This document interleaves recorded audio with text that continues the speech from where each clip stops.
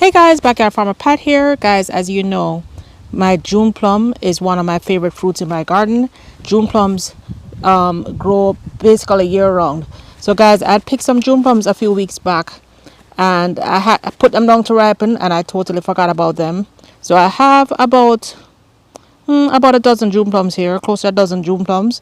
So what I'm gonna do is, since I can't eat them, I don't want to just dump them. I'm gonna start these from seed.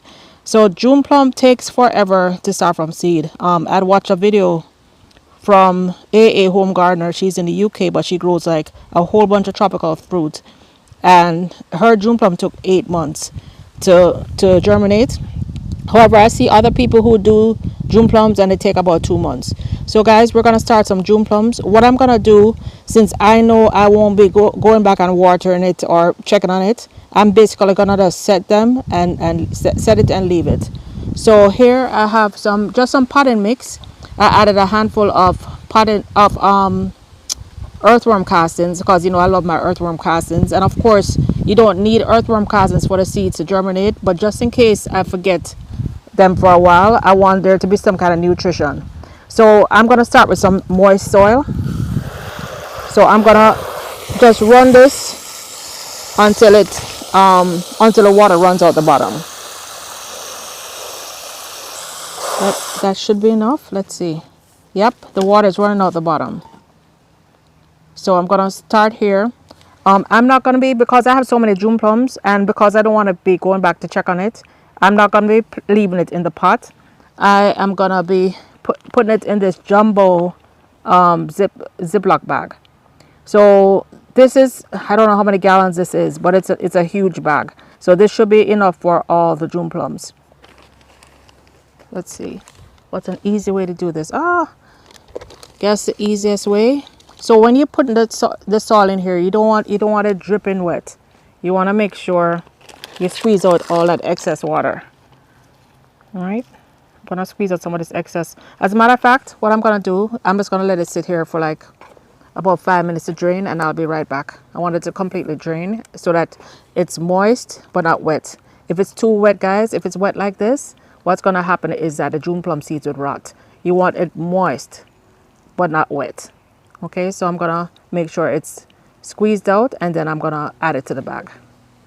Guys, in just a few minutes, you can see that the bag is already filling up with steam, and that's exactly what we want. This bag is gonna create like a humidity dome to help germinate the seeds. So I put I've written on there 14 June plum seeds, February 13, 2024. That's today's date. And I put a layer of the soil, and I'll show you what it looks like. I already squeezed the soil out. So it's still very moist, of course, but it's not as wet as it was. And I'm just going to remove the skin from each of these June plums. They're completely ripe, so it's very easy to remove the skin. And I'm just going to lay these across the top. So that's one.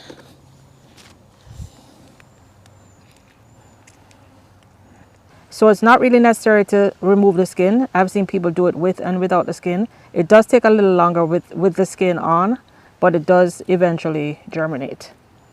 Right? So I'm just laying these across the top. We have 14 in all, so I have to make sure I have a space.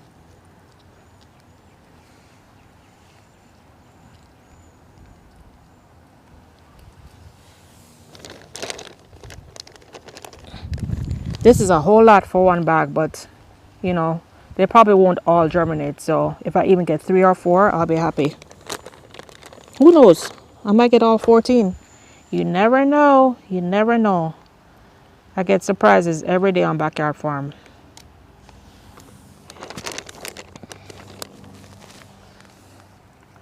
Yeah, it's really a shame that I wasted these 14 June plums. They were green. Well, or they weren't really fully ripe, and then in no time they just got ripe before I got a chance to eat them. But nothing goes to waste. They're going right back into the garden. Maybe I lost 14 June plums, but I might get 14 June plum trees. Who knows? Maybe it's a good thing, because I just harvested all of my June plums, so I don't have any more after this until next June plum season. I don't think I have space for 14, guys. So I'm gonna put the rest in something else. But so I have 1 2 3 7 8 9. Let's do 10. I'm gonna do 10 in here, and I'll update my sign. So 1 2 3 4 5 6 7 8 9 10. And then now I have the soil, and it's just a piece of aloe that I had.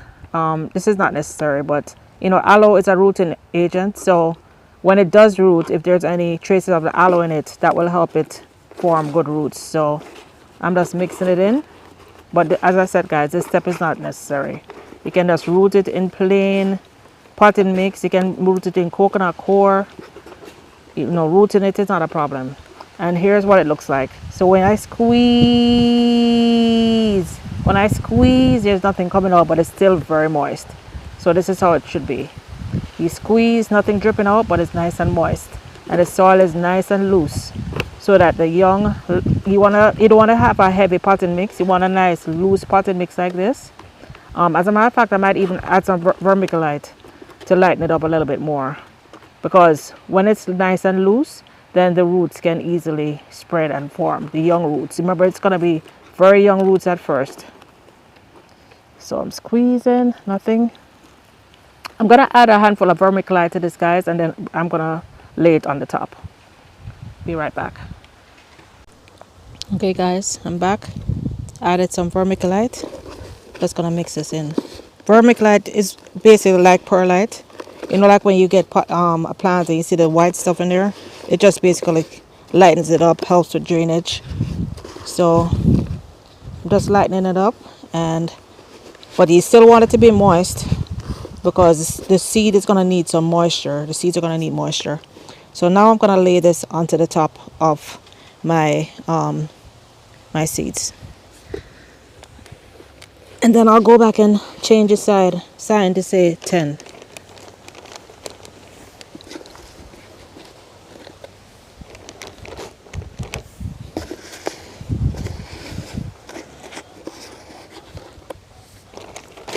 Yep, looks like I just have just enough.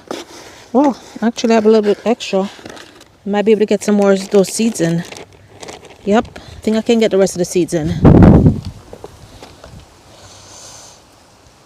As they germinate, guys, I can just pull them out. As they germinate, the soil is nice and loose. So as they germinate, I can just pull them out and pot them up. So I'm not worrying too much about it. Ideally, this should have been at least 2 separate bags.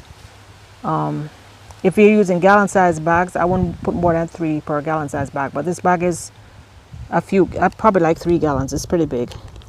All right, so I just put the rest in there, add in the soil.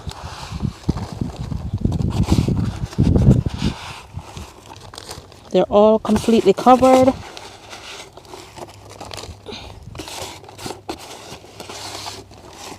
Yep, there we go, guys. They're all completely covered. It was enough for all of them. And I'm gonna zip it up, putting a little bit of air in there. This is gonna create a humidity dome, and as they germinate, I'll be able to see them. I'm just gonna stick this vinyl spot on my patio, in the corner of my patio, to stick it in, and I'll check the moisture maybe every couple of weeks, maybe once a month. I'll check the moisture. It's gonna stay pretty moist. I did something similar with some Atimoya seeds, and it's been 2 months and the soil was still moist. So I'll check the soil once a month.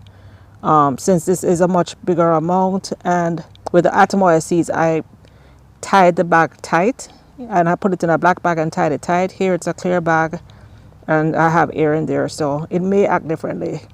I'll test and see which one works better. But guys, that's it. That's how easy it was to plant June plum seeds. I could very easily have just put them in this pot, cover them up, put a humidity dome, and waited. But I chose a little bit lazier way, and which works also, by putting them in this bag. All right, guys. Hope you enjoyed this video. I hope you learned something new.